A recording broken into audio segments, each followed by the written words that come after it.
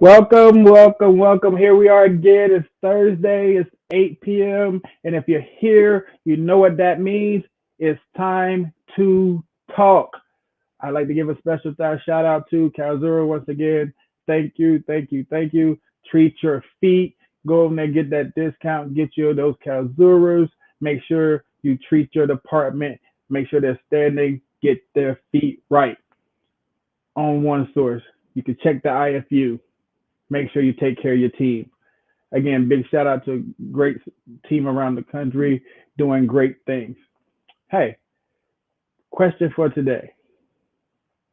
You've been training. You have these techs in your department who've been learning. They've been in there. They've been in the grind. You have them. They got all this knowledge, and they ask you, "What's next? How can I move to the next level in my career?" What do you tell them? Hey, I think it's time that you start studying for your certification. They get these books and they're reading it. They got all this information, and hey, they're excited. But then that anxiety starts kicking in. It's like a test. It's a test. It's a test. Oh my, oh my, oh my. But today, I want to help them get over that test anxiety. I want to help them get through this process seamlessly. I need you to just listen and work with me for a second. What we want to do is simplify this process a little bit.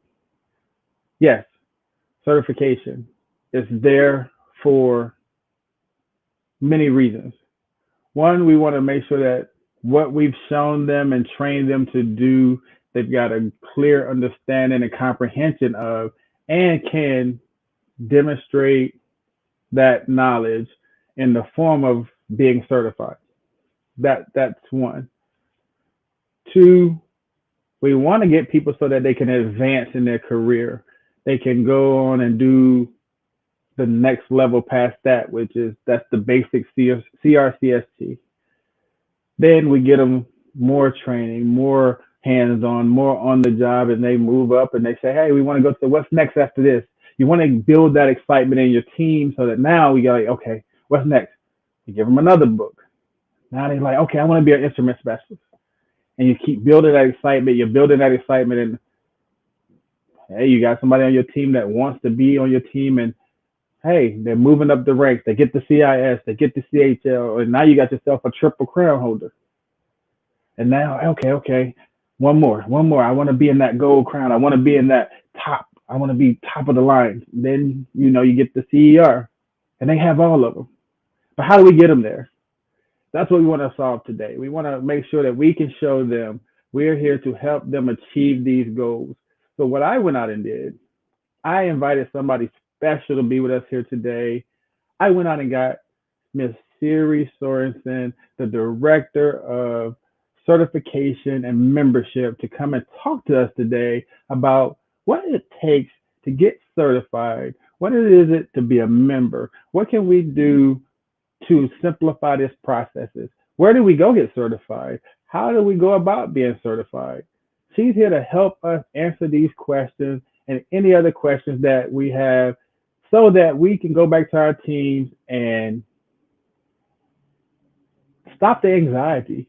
Let's help them, let them simplify the process and know that, hey, what we've shown you is getting you prepared and you're ready for the challenge. So family, let's welcome Siri Sorensen to the show tonight.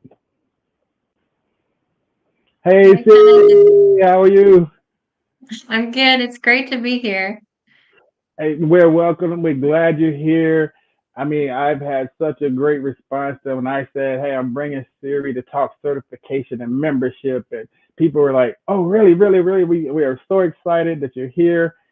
Hey, this is the time when we talk in certification, we're talking membership, we're talking, all the things that our training has led up to when you're talking about joining HSPA as a member. You're talking about all of these things. What what can you say just in general about the certification and membership? What do you say to people who call you like, what can I do what are the next steps for me now that I'm here? What do you say to people? That's a loaded question. I I first of all, I love to hear when people are interested in membership. HSPA at its base, we are a membership association. We are here to serve our members, and we are over 40,000 certificates and members strong. So we're not small by any means. Right. Um, Membership gives so many different options. I think one thing that's so often overlooked is the advocacy that comes with that. So HSPA is advocating for you as a sterile processing professional. There's other things that you get with membership. You get the discounts, you get the special promotions, but you get to have a say in your association. You get to be a part of the board. You get to just have a say in where this association goes and be a part of a community. I think that's the number one question that I've received just in general is, but what does being a member mean? What do I get by being a member? I think that's where people get a little confused.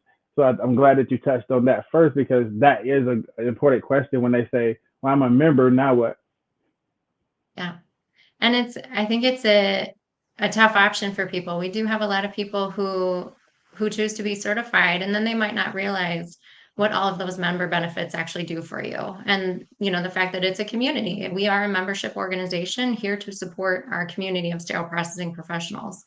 So I think that's important to remember. And it's $10 on top of your certification. So you get a Right. whole lot out of $10 for that little extra piece. Okay. Okay. So let's talk about that. Okay. So they gone through their training, and of course, the very first one they have to get is their CRCST, and they get their form. And the first thing that jumps out when they get their form, it says full versus provisional. What does that mean? Because you're looking at the form, you're like, okay, oh my God, it says full or provisional. What I choose? What do I choose? How do we explain that to them? Yeah, full and provisional, it's actually leads to the same certification. So you end up with a CRCST, whether it's full or provisional, is really just the pathway that you take to get there. We understand that everybody's coming from, a different path in life. Everybody might be coming from different areas. You might already be in a hospital or a facility that is allowing you to get your hours, and that's fantastic. That Right. gives you a little bit added benefit when you get to the exam. You have that experience behind you. um, but we also understand that there aren't always people who might have that experience. They might not be in a facility currently. They might be in a facility that requires certification in order for them to get their hours, and that's where that provisional comes in, because we don't want to discount anybody who might not already be in a facility. And so they're able to do that provisional certification. It's the same exam. You're taking the same test. In the end, you're submitting the same hours. So you're submitting 400 hours either way. It's just a matter of whether or not you have your hours before you take the exam or within 6 months after passing the exam. So it's really just a matter of timing. But everything else about it is the same. So they could actually get the certification without having the recommended 400 hours, and it's just a provisional tag. And then once they get the hours, then the tag falls off, and then they're fully certified. Exactly. Exactly. Okay. Yep. Same certification, just two different pathways of how you get there. Okay. And then, so when somebody does that, and that means that they don't have to have a manager or anybody sign off on their paperwork. They can just go take the test. So that means anybody can just take the test at that point. For a provisional certification, they do not have to have a manager sign off for them to take the exam. That's correct. They do have to have a manager or supervisor sign off on their hours after they pass their exam. So they still have to have that manager component, somebody who can verify their hours, that they were done um, valid, and be able to submit that afterward. But yes, ultimately they can go take the test before they have that signature. If they don't get that signature, though, they would lose that certification. Okay. So Does that require, and I guess the main question being, does that you don't have to be, I guess, working in sterile processing before going to sit for this one? You don't have to be. You could be going into the profession and saying, this is an area where I see myself going and I really want to get into this field. Potentially you're already at a facility, but you might just not be doing the job yet. We have a lot of people who find um, they might find the profession through, a colleague at their hospital who says, hey, you're really good at what you're doing. This might be a potential pathway for you, but they don't have their hours yet. They're not yet in that department. And so this is an option for them to be able to get a provisional certification, show that they've done the studying, that they've, acquired the knowledge. They have a base information so that they can take the exam, but then they do still have to get those hours. So this one, that would be what we, as you hear people say, I'm gonna challenge the test, and they go take the test and then go, okay, that would be the difference in that one. Okay, we just want, just clarifying for the people. I mean, we have Yeah. comments here. Sarah B. Cruz says, hey, I love attending the town hall meeting at the 2022 HSPA conference with Siri. She's a Thank wealth of you. knowledge and insight. So, look, I tell you, people are, look, they're already ready. They're ready for this. Um, just in that part right there where we're talking about taking the test, where do we go take the test? Is it something that's given at their hospital? Uh, and do they take it at HSPA? Where do they go take the test? Yeah. We partner with a vendor, an outside vendor that's called Prometric Testing Facilities. And Prometric testing facilities are located globally. So they are all around the world. They have centers almost anywhere you could think of. And they host the exam for us. So you do have to go to a Prometric testing center once you are approved to take the exam.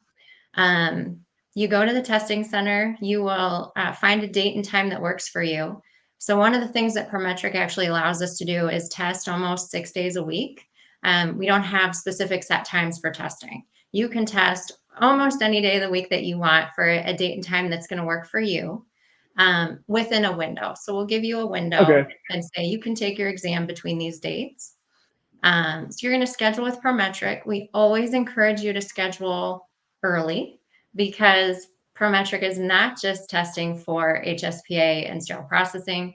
They are testing for hundreds and thousands of companies, from every profession that you can think of. And so they do have other people testing at the same time. So you're going to find a date and time that works for you. You're going to schedule that and then show up at Prometric. We always encourage you to be 30 minutes ahead of time. So you always Okay. want to leave time in order to arrive there. Make sure that, you can get your spot. Because like I said, there are oftentimes many other people testing with you. But then you go to a Prometric testing center, you take your exam and they send us your results. So it's all computer based and automated, and allows you to test almost any day of the week and directly, hopefully close to where you are. It was a couple of things you hit on there. So pretty much anywhere. So first part of that, say, okay, for all intents and purposes, I'm here in Massachusetts, and I've got my window, and for whatever reason, I'm going out of town for a bit, and I end up in, let's say, South Carolina. And I want to take my test while I'm gone because I've studied, I'm ready. I want to take my test, even though my home base is Massachusetts. Could I potentially take my test in a different state, even though I'm based out of Massachusetts? Yeah, absolutely. As long as you know where you're going to be, when you schedule, you can say, give me X zip code, and that's where I want to take my test. Um, so yeah, as long as you know ahead of time where you're going to be, you can absolutely tell them you want to test in South Dakota. All right, I'm not going to trick you, but what about internationally? If I'm going out the country, can I take my test? You can. Same thing as long as you know ahead of time. Um, and as long as there's a facility there. Prometric does have some limitations as far as rural areas. where you might have to drive a little bit in order to reach that testing center, just depending on, their capabilities and the amount of people there. Um, but yeah, as long as you know ahead of time, they will let you test. Okay. And then the second part of that, you said, just so people are clear, and I know a lot of people have gone to Prometric, but you said there are many other people they're testing. So for the people that have not taken the test yet or gone there, other people in the room may not be sterile processing. It's other Absolutely. testers going there for different other tests. So all those people you see are just not sterile processing. So the room is being shared by a lot of other people. So that shouldn't make you nervous, like when you see people No, sitting there. Okay. they might be testing for, maybe they're, going to be a doctor, or maybe they're going into project management, they're taking their PMP, or maybe they're going into um, certification. And so you might see me there. Anybody could be there. So they'll give you a desk where, you're situated by yourself, you have your own space. Um, but depending on how large the facility is, there might be 20 other people around you who are taking their own exam for something completely different. Now, how are we about reasonable accommodations for people that need additional accommodations? Are our exams designed that people can potentially have accommodations if they need them?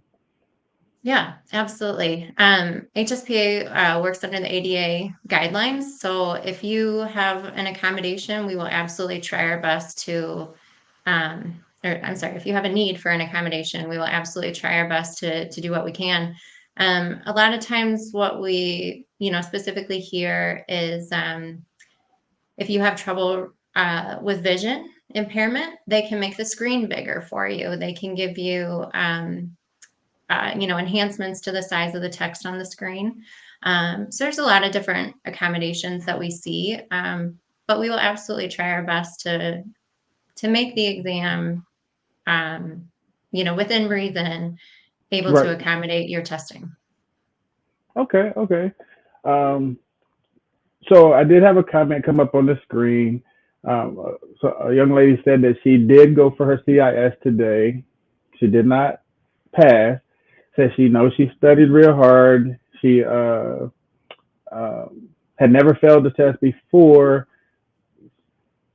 Just what in those type of situations, what can she do better? Just know she need to do something better. And it's back up and I said, hi, not a question. But I took my CIS today. I did not pass, but I know I studied my heart out and I've never failed a test before. So back to the drawing board, what I need to do better. Bruised, not broken. So if I some of love these, that. Bruised, not and I broken. get, and I get it. Like I said, some of these tests, people go in and they know they've studied from the book from one end to the other, and they sit down, and what they studied, it seems like the test is not that. um, I know a lot of thought goes into the test, and we're going to get on to talk about that a little bit, is how these groups come up with this kind of stuff. But for people who are, feeling that type of anxiety or they're feeling like she's feeling, um, what do you say as far as the thought process when it comes to testing itself? You've been in the subject matter groups. You've seen the thought process that goes behind the questions. You've seen the writing process. What do you say to people who say, "Hey, that's not what was in the book," or I know I studied and I know this and that. So, what do you say to that group of people? Yeah, I first want to say, I appreciate you sharing that with us. It's definitely uh, a hard thing to process. Um, I've been on the side of testing. I've taken tests before, and sometimes you just get there and you freeze, or you're reading stuff and you just get nervous. It is hard to take exams. And especially when we might not be used to taking them recently. Maybe we haven't been sat for an actual exam for years. So it is a big thing to take on. I think it's definitely, a moment to take a moment and talk to your peers, talk to your colleagues, just reassure yourself that it's something that you can do. We will also send you a breakdown as far as your domains. So I always encourage you to go back to the domain content outline. It's the blueprint for the exam. It'll tell you this is how many sections are on the exam. This is how much, each section is a percentage of the exam. So maybe the section that you didn't do as well as you had hoped is a very large percentage of that test. And that's where I would encourage you to focus your studies. We'll give you a breakdown that says this is how you did in sections 1, 2, 3, 4, 5, 6, 7. And then you will go through and kind of compare that to, what you thought you knew, what you felt really good about going into the exam. Is that where you excelled at? I know I've taken exams before where I felt really great about a certain piece.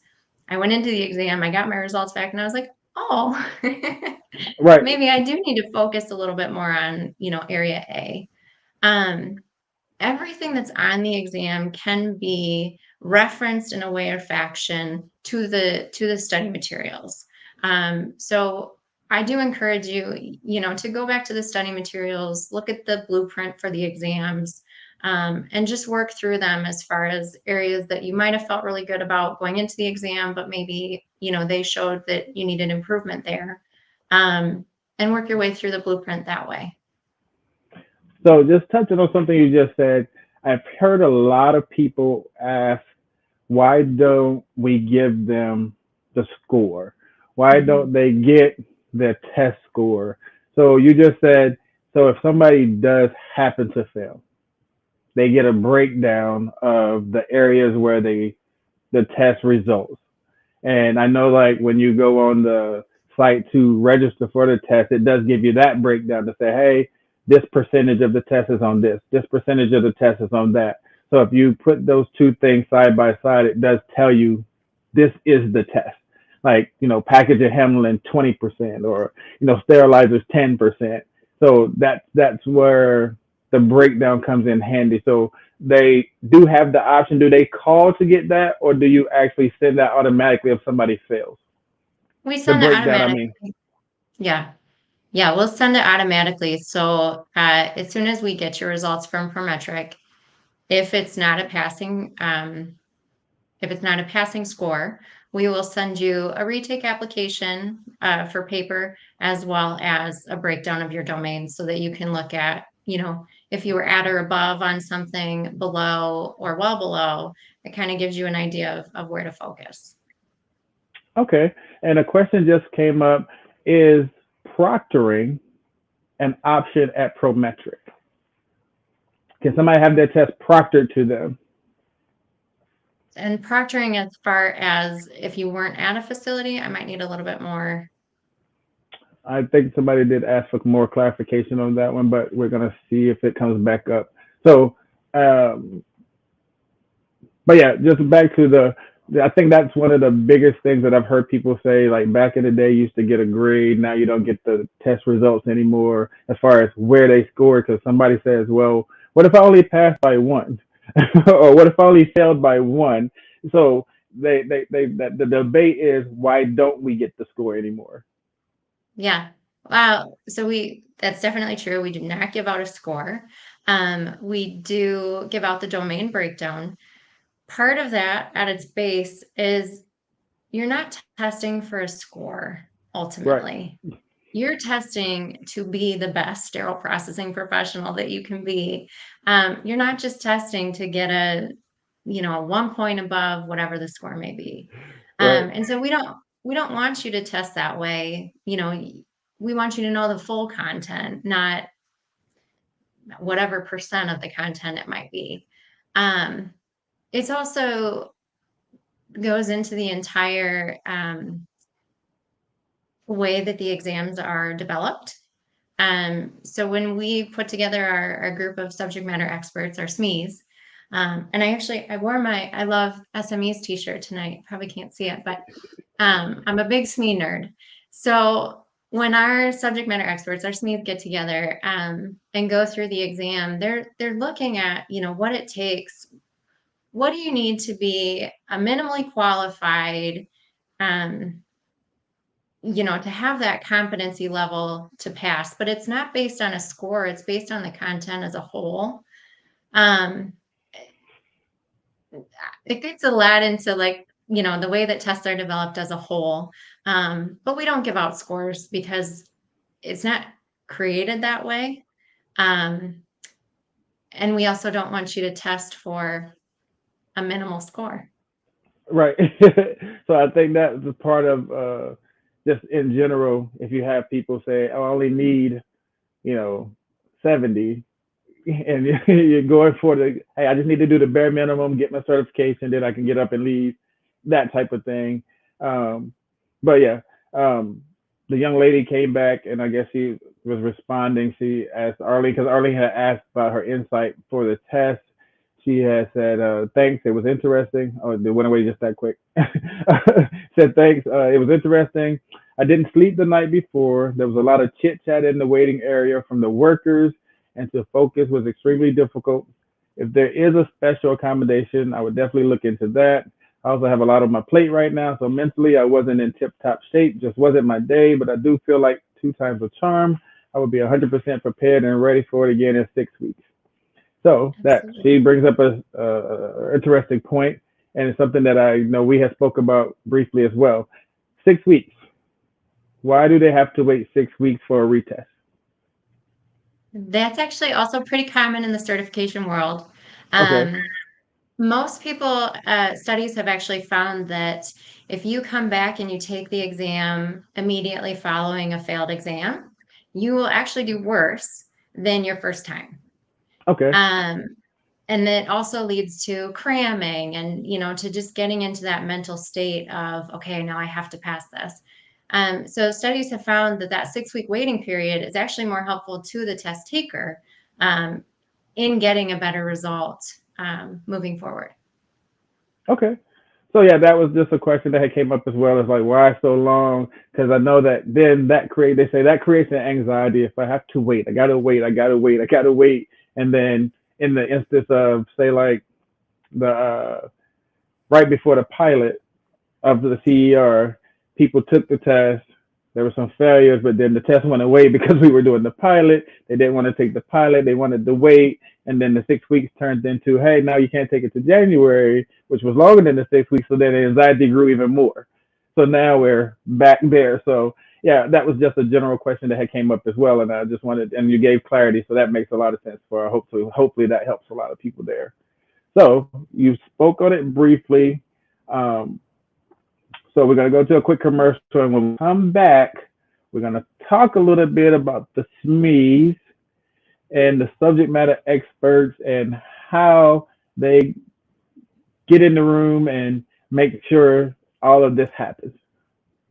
So Okay. right after this commercial, we're going to talk a little bit about subject matter expert groups.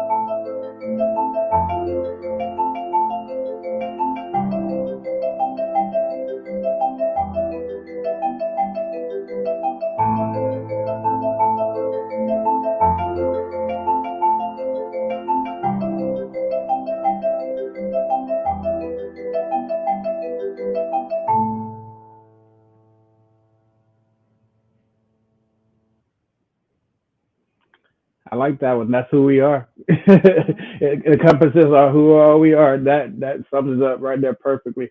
So we're gonna switch gears a little bit. I was gonna go into subject matter experts, but then in watching that, I wanted just to finish off something here. So CRCST, we've accomplished that. We go into our CIS, which is our instrument specialist. So in order to get the CIS, you have to be a CRCST. That's correct. Okay, so you got CRCST, then you got your CIS, and then you have your CHL. You get those three things together, you get the famed Triple Crown. Yes.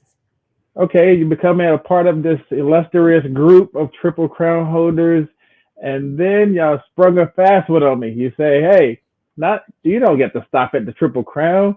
You go get the CER, and then you join another group, the Gold Crown. So we have the Gold Crown, you have the Triple Crown, and I had listeners who wanted me to ask you a question, right? So there's another certification out there. I think the vendors get it.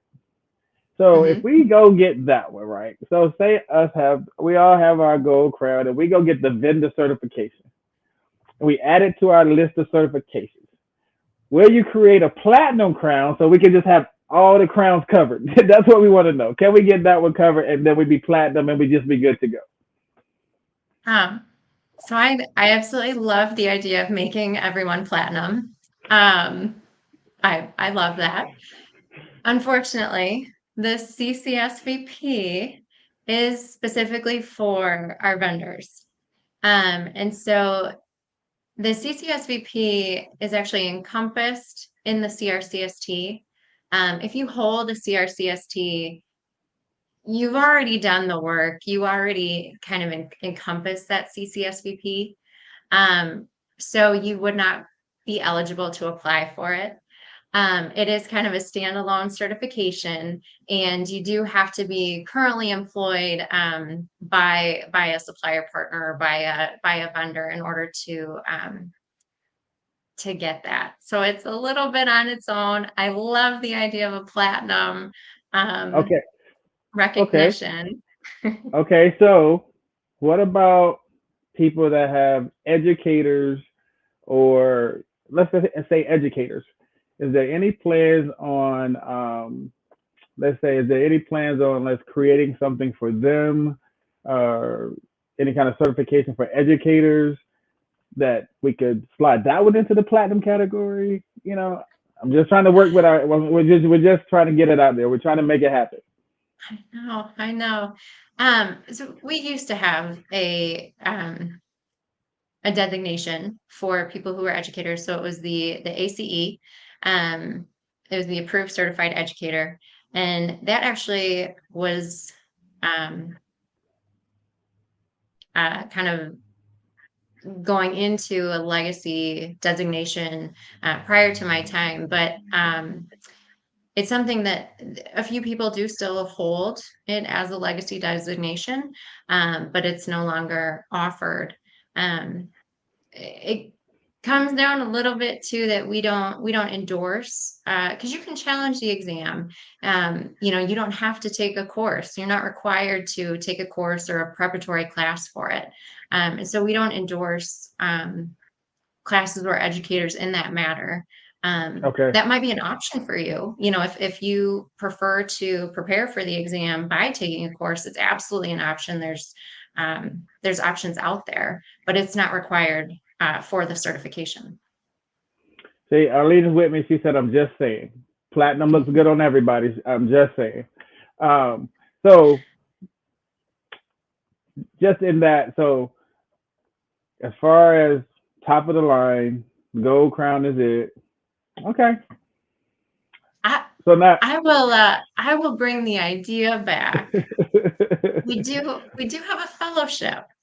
It's okay, not a certification, but it's a designation that you could be a fellow of HSPA. okay. Um, Maybe that's something worth looking into. So if we get the fellow now, now if you okay, I know about the fellowship, so could you explain that to our listeners? What does it mean to be a fellow? Yeah, a fellowship kind of takes it a notch above. It's not for everybody. It's you have to write a term paper that's research based, and it goes through a committee, a review committee. Um, so you can, again, it's not for everybody. I don't love writing. It's but it's definitely an option. We do have a fellowship. You work with the committee in writing that paper, so you're not on your own. They're going to help you through it. They're going to help you kind of jiggle those creative ideas in your brain as far as what might be a good research idea, research topic, and then they're going to help you along the way. So they're not going to just throw you out to do it, but they'll kind of coach you along the way. So maybe that's an option. Okay, okay. And well, one more quick question. Arlene says, are more people sitting for the test during any particular time of the year? That's an Do you see interesting an question. do you see an influx in people taking their tests, say during the summer, during the winter? Do we see a rise in test takers at any particular time? Yeah. Especially in the past few years, I tend to see a little bit of a rise I'll say in the summer. Kind of that sweet spot from about May through August. Um, Again, we don't require a course, so I can't tell you why that might be. As far Okay, as if it's when people have time or but we do tend to see a little bit of a lull toward the winter months. okay. Now, I've heard you mention a course, and I've been privy to have people that have worked for me that have gone through some of the sterile processing schools. I've had people that have gone on the job training. In your experience, have one group tested better than either the other if you've known that they've gone through a school or have just got their training on the job? I don't have that information currently, but it's not something that, again, since we don't endorse it and we don't, require it, um, it's not something that we track heavily. But at the end of your exam, you will be given a survey where you're asked a couple of things, but you're asked about your experience at the testing facility, and then you're also asked about how you prepared for the exam. So Okay. it's self, Okay. whatever the word I want is.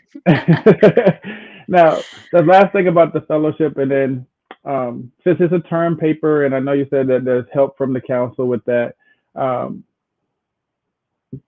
from the stories I've heard, that's very, very challenging. So, like you said, it's not for everybody.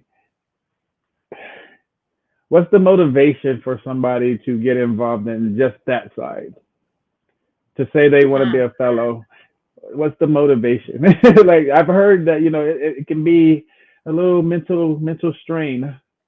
It is. It's definitely a challenge. I mean, it's not a certification. It's a whole different bear.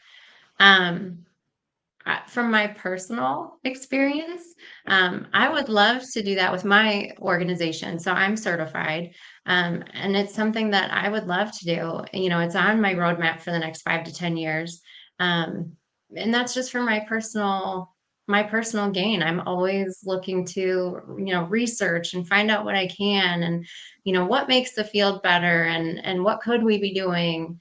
Um, and so I think it's a personal drive that comes from within as far as, how do you want to see yourself grow? How do you see yourself, advancing and really, I think it has to come from within. Okay, so we've got all of our certifications, we got our gold crown, and we're certified. We're happy. We're living the life. Now we get an email saying, "Hey, it's time to renew." So let's start from the beginning. You get your CRCST, you have to turn in your CEUs. Siri, what's a CEU? You go to your manager, they're like, okay, what's a CEU? And so let's start from the beginning. What's a CEU, Siri? If you had Yeah. to explain it to people, like, what's the CEU? Yeah, so I'm a firm believer in continuing education. So CE would be continuing education, U would be a unit. Um, I'm a firm believer in continuing education on a reoccurring basis. Okay. And so HSPA has determined that reoccurring basis to be annually. That's not dictated by myself. That's not dictated by the association. That comes from subject matter experts like yourself, as far as what's required to really stay on top of the field, and to ensure that you know the best practices currently out there and what's going on. So we do require it annually. I think if you're not staying on top of it annually, you're behind already. It's really Right. hard to stay up with everything. Um, so we are going to send you that nice little renewal email and statement annually. Um, so for a CRCST, you're required to do 12 continuing education units or credits. Um, they're kind of dictated by I'll say level of effort. That's actually our education department does all that. So it's a little bit out of my wheelhouse, but they're going to dictate, kind of level of effort that goes into that. But credit could come from many different places. HSPA actually pre-approves a lot of credit. So we do our own education as well. Right. We have podcasts, webinars, lesson plans, the conference. There's several different ways that you can get credit directly through HSPA. But then we also realize that people have different needs and avenues out there. So a lot of vendors will have education that you can do. It's pre-approved, and then you can also use in services because that's on the job training, right? I mean, you're Right. Right. there. That's what you're doing. So that equates to and let's say your in service is an hour long. That would be 1 credit. So it's per time and per level of effort. But the time that you spend, so if it's an hour in service, that's going to give you 1 credit. And we just want to know what was covered. So if somebody says, I did a staff meeting, that's great. I want to know what was covered in that staff meeting. And just give us a few of the topics is all that we're looking for to really see what was talked about, what was discussed. And I know I saw that there's an extra form that you can list all of the in services and everything, and you got to just be specific about what was covered on that one. And um, if by chance you turn in your CEUs and something gets kicked back, is it because it just wasn't pre-approved from HSPA, or it was something that you might have had a duplicate of? Because I've heard people say, hey, they didn't approve this one. So some of the things that we see most common, uh, some people upload the same thing twice. So we can only accept it once per year. Uh, Okay. I know there's a lot of things out there, maybe hand washing, maybe you do an in-service on hand washing every year. That's fine. But we can only accept it once per calendar year, or Okay. sorry, per renewal year. Um, so that would be something if it is duplicated, we can only accept it once. If it's an in-service form, we do need it to be filled out. So we need to see your manager, supervisor's name, signature, title, contact information, and your name as well. So more often than not, those types of things are missing from an in-service form, whether it be your manager's signature, or if your name's not on the form, because then I don't Right. know whose it is. Right, right. So you're getting credit. You don't know who to give the credit to. So yeah, that makes a lot of sense. Make sure you got your name on the form too. So, so quick question. Okay, it says you can also obtain CEUs by attending conferences such as Scrub Ball, HSPA, local HSPA chapter meetings like the fire chapter coming up next month. So yeah, going to your chapter meetings, going to the conferences, Scrub Ball, all these things that are offering CEs, they are out there. Um, what I was about to say is there a time frame for you to redo your recertification? So if So somebody to misses, yeah, so if somebody misses their window, do they have a grace? How does that work? Yeah. I always encourage you to submit early, right? If you're submitting on the very last day, we're small staff, we're small but mighty. We're going to try to get through it as quickly as possible, but we have almost 3,000 people renewing every month. So we have to get through everyone. So I do encourage everyone to, submit early, and you can submit throughout the year. So if you do an in-service every month, you can upload that in-service every month, and you'll know within a week if it's good, if it's approved or not. Um, if you Let's say that you renew on the last day of the month and you submit your form on the last day of the month. Again, we're going to try to get through it. But if we can't review that day, let's say you submit at 8 p.m., we're not working around the clock. Right, right. So we won't see it until the next morning. At that point, you go into what's called a suspension process. During a time of suspension, you are not certified and you cannot use your title. So, if you hold a CRCST that's suspended, you are not considered to be certified at that time. We do give you a 6-week grace period. And so we'll give you 6 weeks to reinstate your certification, whether that means submitting additional documentation, resubmitting a form. Maybe we gave you a note that says, we just need your manager's signature. So we're giving you 6 weeks to go get that signature, resubmit your form. We'll re-review it, give you feedback, and then you can reinstate without penalty. If unfortunately you're unable to do it within that 6-week grace period, at that point you would be terminated and you would be required to retest. But we give you a year to renew plus 6 weeks to reinstate. And that's retest every test because everything at that point is non-valid. Yeah. Oh, okay. So in saying that, you said it was 12 for the CRCST. So is it 12 for each additional, or do you cut back on the CEUs because you have that initial 12? So we do. So while the exams were being designed, subject matter experts decided that the CER would require 6 CEs annually. The CIS would be 6, the CHL would be 6, the CCSVP would be 6. So the CRCST is the one that requires the 12. Everything after that is 6 additional points on top of the 12. Okay. So I feel like they're bullying me in the comments. So I'm gonna take this commercial, and when I come back, we're gonna get to the same subject matter experts because they keep going subject matter expert, subject matter expert. So I'm gonna take one more commercial, and when we come back, Siri, we got to talk about the subject matter experts because people are clamoring for it. They want to know what it is. Since I hold the designation too, so I know. So now we got to bring the people in so they know. So we're gonna take one more quick commercial, and then let's get to the subject matter experts. Those in the know SIPS Consults.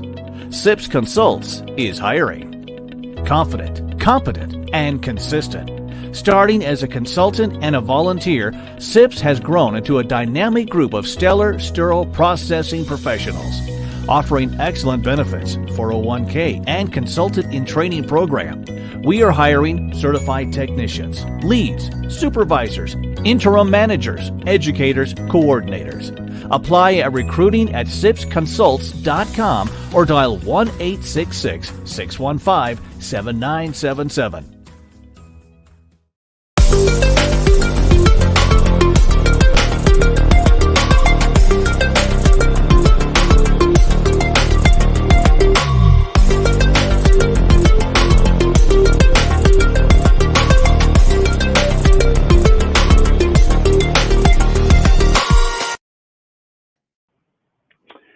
Just have a big shout out to UCDI, Knowledge and Nonsense, SIPS Consults. Hey, check them out. Let's do it. Scrub Ball, get your Scrub Ball tickets. They're on sale. Matter of fact, hit us up. Let's do it. Siri, okay, we touched on it briefly. So the test itself, questions for the test, anything that is test related, as far as, like you said, the time frames of how long it takes somebody to take the test, or if there's a challenging question on the test, things of that nature. Subject matter experts. Tell us what they are. Who are the subject matter experts? The people want to know.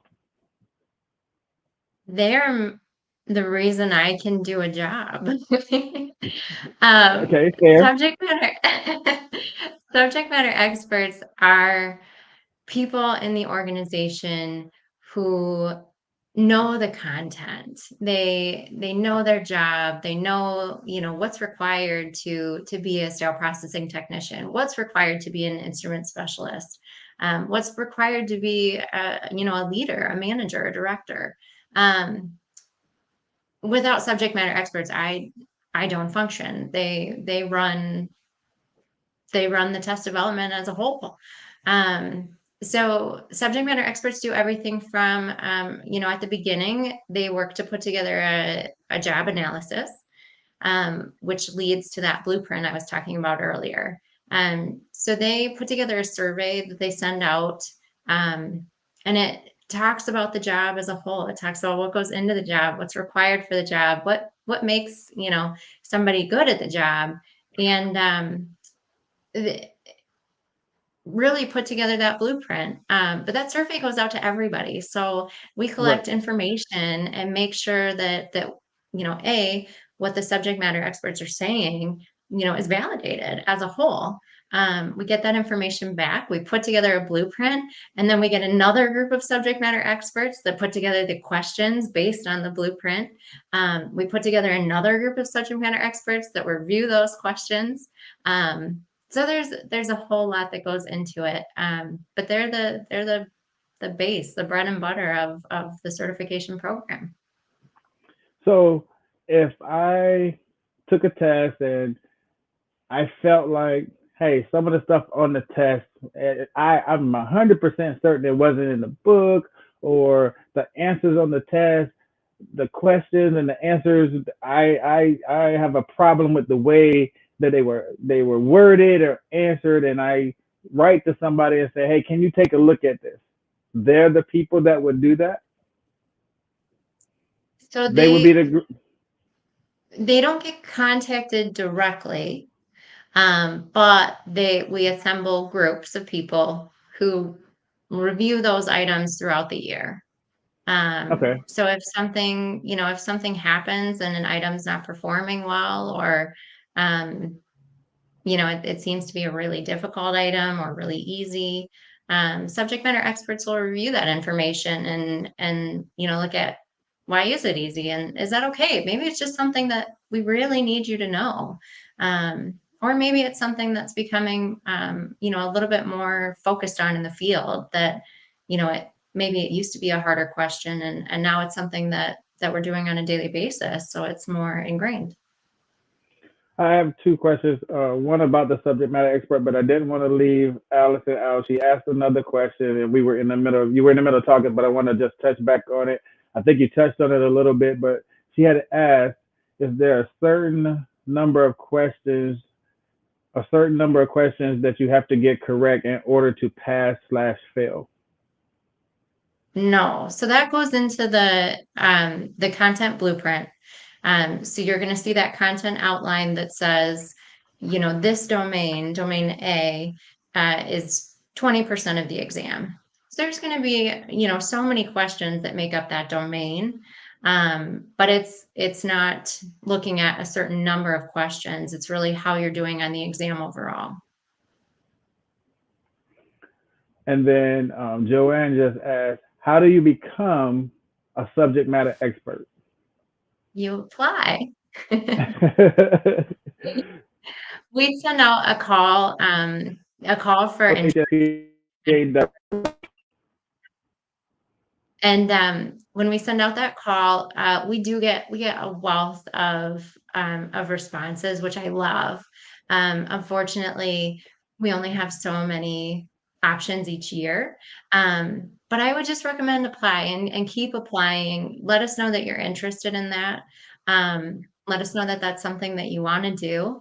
And we're always looking for people. Every year, we're looking for different groups throughout the year.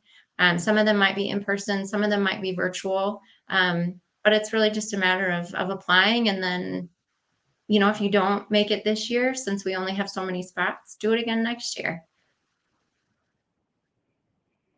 Okay. And that, so when the groups convene, you said that they're discussing the questions.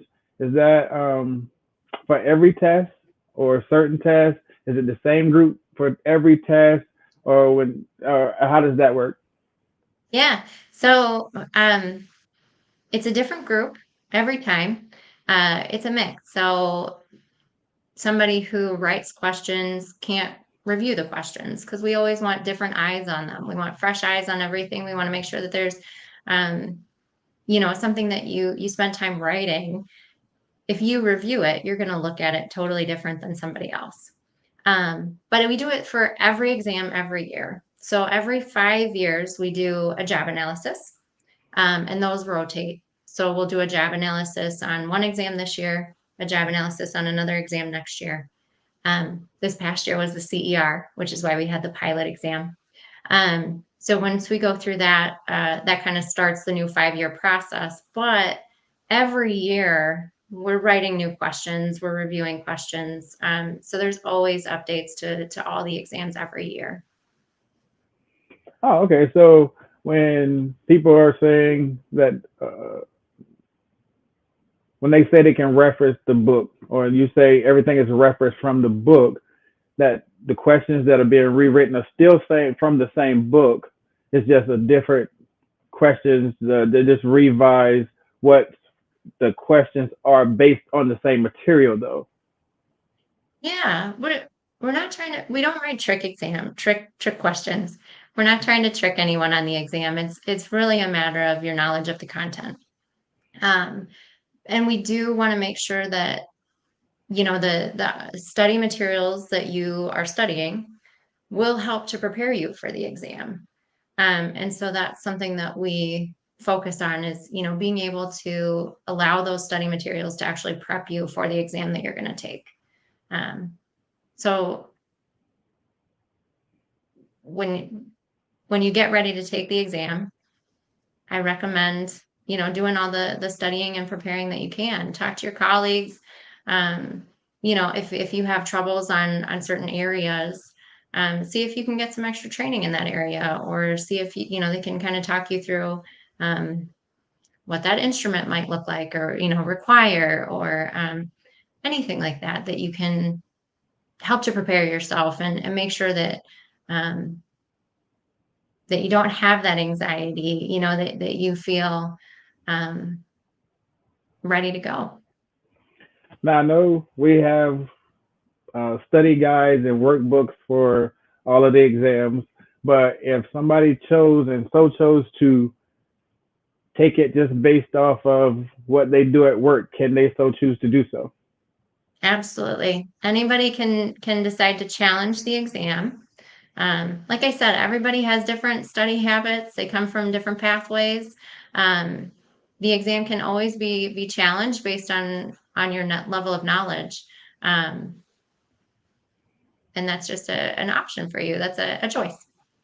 But the answers are derived from what's in the book. Correct. I would always opt to study. That's my personal. I would always opt to study and read the materials that are outlined. If you go to the website, you're going to see a list of reference materials that we recommend for you to study from for the exam. Okay, and there you have it. We have talked to Siri about all things certification, how you can set up your certification test, how to prepare for your certification, how you can potentially become a subject matter expert. And I think, hey, family, she was here with us in person. She showed us how we can walk the path. I'm working on the platinum, but how you can get a gold crown. She told us how we could do it, and she's going to go back to the drawing board, put some stuff together, potentially get us our platinum crown, and see if it works. Arlene actually just asked how many people actually took the CER pilot, if you have any numbers that you could throw out there. I will tell you there was over 150 people. Okay. And she said that all of the SME groups are always so enlightening that, you learn a lot and you see how the work that goes behind, actually coming up with what people see as the final final result, but the stuff behind the scenes, it's a lot of work that does go involved. I can attest to that myself. It is a lot of work that goes into getting the final product out there. But Siri, thank you. I think it's been informative for everybody. I think a lot of questions did get answered, clarity on a lot of stuff, and you showed people how they could actually become more involved with being subject matter experts, clarified some of the things with the CEUs. And again, it was a pleasure having you. I appreciate you. Thank you so much for joining us tonight. Any parting words for the growing number of people that may be calling you this week about certification? Well, I am honored to be here. I'm honored to be able to have some time to talk with you, and look forward to continuing the conversation. We Thank you so much. appreciate you. We appreciate everyone. I mean, this is what we're here for. We're a membership association. We're here to support you. So we appreciate it. I couldn't have said it better myself. Family, this has been a time to talk. Join me next week. Again, same place, same time. We are here. And hey, thank you. I appreciate you. Siri, thank you. Everybody, see you later.